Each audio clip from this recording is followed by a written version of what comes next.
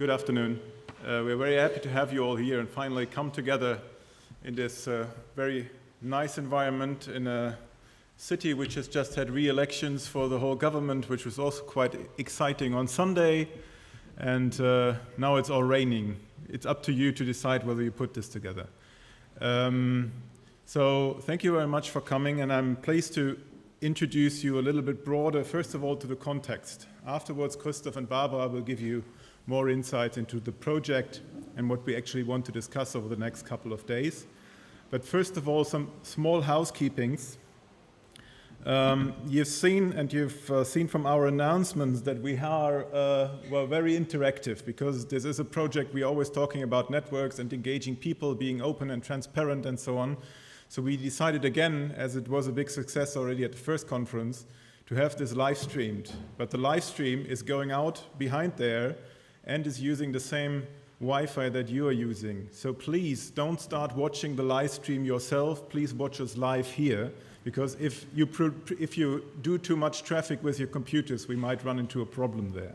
So please don't, and also please don't let your Windows update itself today, because then we have a real problem with the streaming. So enjoy that we are actually here together personally, and to all out there, hello. Nice that you're following us. And also, we will try to be as interactive as possible, in a sense that we are not only taking questions from here, but also inviting people from outside to actually ask questions after the talks and so on. So Fabian and Jiska and Kuhn will be sitting over there in the corner and actually helping us with some inputs from there.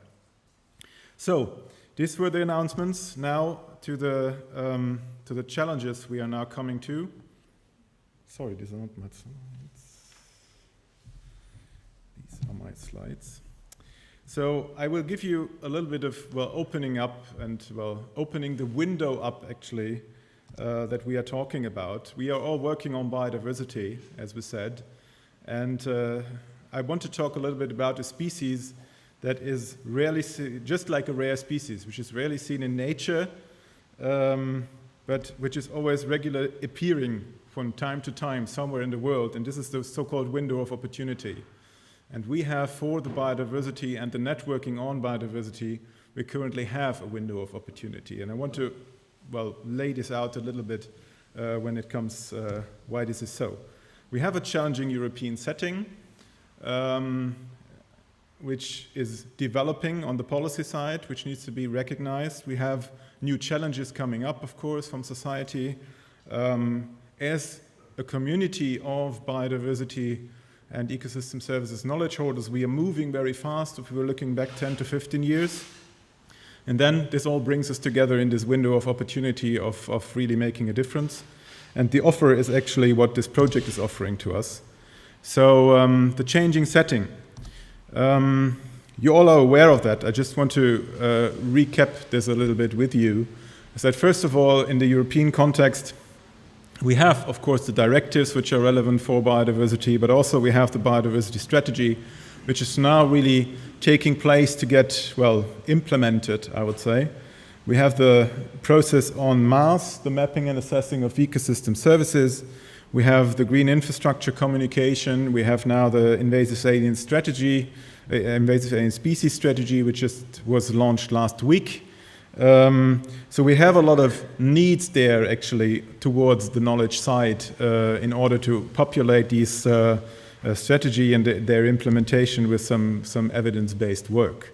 On the other hand, we have also new programs coming up, especially the new research program, Horizon 2020, starting next year, where we will have a strong focus on innovation, first of all, for growth and jobs. We all know this problem, but also on innovation for society. And this is, of course, which is extremely relevant when it comes to biodiversity and environmental issues. Also, the focus with that will be even more skewed towards research, issue-driven or problem-oriented research. So this will be even more important to make these linkages in future research projects and so on, and then really outreach to policy and society. So this is the more general framing, or the more specific framing actually, that we have on the EU side. On the other hand, of course, this is all happening in a even broader, challenging framework. We all know that, of course, we are in the financial crisis, which really has direct influences on the way we are working in science. We have in many, many countries problems with limited or even further limiting research capacities, which of course also inhibits the way of working together, of working on a science policy interface and so on. And of course we have, as working on environmental issues, always this challenge of having potentially overstressing the focus on growth and jobs when it comes to policy decisions. And on the more specific case, those of you who have been involved or are involved in concrete policies and following these, you know that of course we just had the decision for the next common agriculture policy and the next common fisheries policies. And again, the results for that are quite mixed, in a sense that of course we have a very good evidence base that actually a further greening of these policies would be urgently needed. But still in the CAP, the new results are not really positive, but it's up to the member states to implement it and to make it as green as they want. So it's up to us on a national level to work on it. The common fisheries policies was a little bit more positive in the sense that many ideas which have been forced from an ecological perspective has been implemented now to some extent, but it's still the question of whether it really then makes an impact, because the regulations are to some extent still weak. But these are still the challenges we are working with. And last not least, we also shouldn't forget about the global level, where we have new developments just happening right now. On the one hand, we have the IPBES, the Intergovernmental Platform on Biodiversity Ecosystem Services, just starting its work as a global science policy interface. It will set up its work program for the next 5 years in December at its second plenary. And this will most likely include also the call for regional activities. So this means that we as Europe have somehow to align ourselves with that and see how we can contribute to it. On the other hand, it's interesting to see that the Convention on Biological Diversity, which is the biggest international convention in that context, is just also reworking and refining its way of working together with science via its subsidiary body of technological advice, the SubStar, which is mentioned here. So they are really thinking towards how to better engage the knowledge community and science towards achieving the 2020 biodiversity targets, the so-called Aichi targets. So this is a really, really broad, challenging environment that we are working in currently. And on the other hand, we as biodiversity community, as I put it for short, I always include the ecosystem services perspectives here.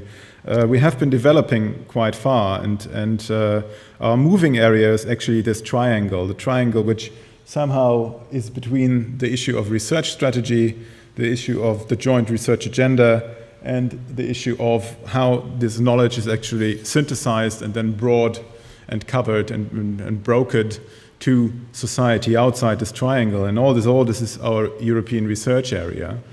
But of course, when we are thinking about being relevant for society, this triangle becomes much more complex without thinking that we are itself as a community are quite complex already. Because we have our links to the outside. I won't go into that into detail. And we have emerging issues. And one important thing which I would like to introduce, and which we will talk a little bit more about over the next couple of days, is also the Biodiversity Information System Europe, which has been set up by the European Environmental Agency and other partners to be one entry point, one platform for biodiversity information in Europe. This is how it looks like. You might look at it on the web, because it might be one thing that actually came up in our project very regularly when we were asking policymakers, saying, what do you need to get your information on biodiversity and your knowledge? Then the thing, having a one entry point where I can also access research, for example, is very important. So what BISA is supposed to do, it will be further developed. It's only existing for 2.5 years now. will be further developed as a central entry point for data information. It's based, nonetheless, on the focus on the EU biodiversity targets. It should have a stable context and organization, which is very important for information requesters to get it. They will improve the accessibility and the interoperability. And on the other hand, BIS is really organized as a hub, so it can really be used by other institutions, by countries actually to share information. And this is an interesting development. And last but not least, when it comes to research, it's very important, this has already been identified by many players in that context, is that the research part of BISA really needs a clear linkage to European research, which is currently not happening right now, which is another source of knowledge which is really, really underused in the whole system today. So this is just one example to make it a little bit more concrete in here, but let me get back to my triangle, because of course this is much more complex as it is looking here right now. We have to link to other disciplines when it comes to ecosystem services. So actually, underneath these triangles, there are a lot of other triangles as well, which are probably coming from agricultural research, from economics, from social sciences, and so on and so on. So this is also not only the question of how we link up with ourselves to serve the knowledge brokerage function, but actually it's all how we identify to link up with the other disciplines relevant for a given question. And this is a challenge that we always faced during the whole process of the project, and which I think we can easily demonstrate this afternoon with our participatory exercise as well.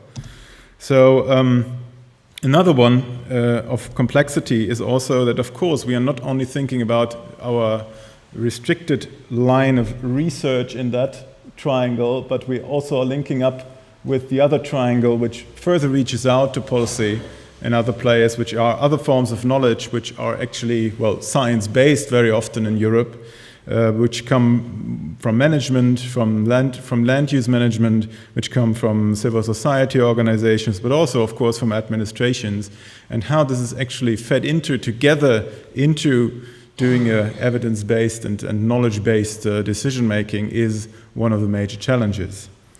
So, and last not least, to make this easy, of course, we are filling this network with all our networks and institutions and so on that we are having. I just mentioned a few here by logos, which also were presenting their ideas on the third day of the conference.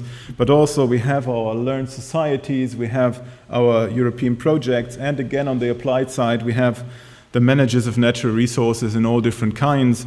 We have the CSOs and others. So this is actually the challenge of how we network this network of networks.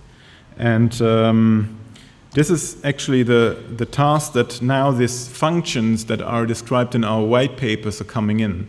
The 4 functions that we have identified, and the 2 of them which actually we are going to tackle here in our proposal and over the next 2 days. First of all is really the function of how do we better organize this networking, but it's not for the networking itself. It's really for getting the ability or improving the ability to support the knowledge synthesis and the knowledge brokerage. This is the policy support or the answering decision-making needs function, as we call it a little bit more technically. But then, of course, we shouldn't forget that in the end, at least for us as researchers, there's also the link to develop the research strategy for Europe, which then feeds back again into the joint research agenda. And last not least, also we shouldn't forget about the international processes, which I mentioned with IPBES and CBD and others. But these are not in the core of the project and of the discussions of this meeting over these days. So let me finalize this with, saying why we are thinking that the development, the idea that we have now with the white paper is a good offer for that. Because all in all, this is brought together towards the challenges, because we have these new European policies until 2020. So these needs to be filled with an evidence-based, and policy is really asking for that. This is clearly articulated, and we are happy to have some of the colleagues from the Commission probably here on Thursday, so they might give you a little bit more insight into that. On the other side, of course, we can feed back our policy can feed back in with their needs via the Horizon 2020 funding, and of course via other approaches to feed back into the research community. And as said, also there's the international loop into that, especially with IPBES. So IPBES will also have a research, a knowledge generation function, which actually feeds back also in the research needs that might need to be served by the European biodiversity knowledge community.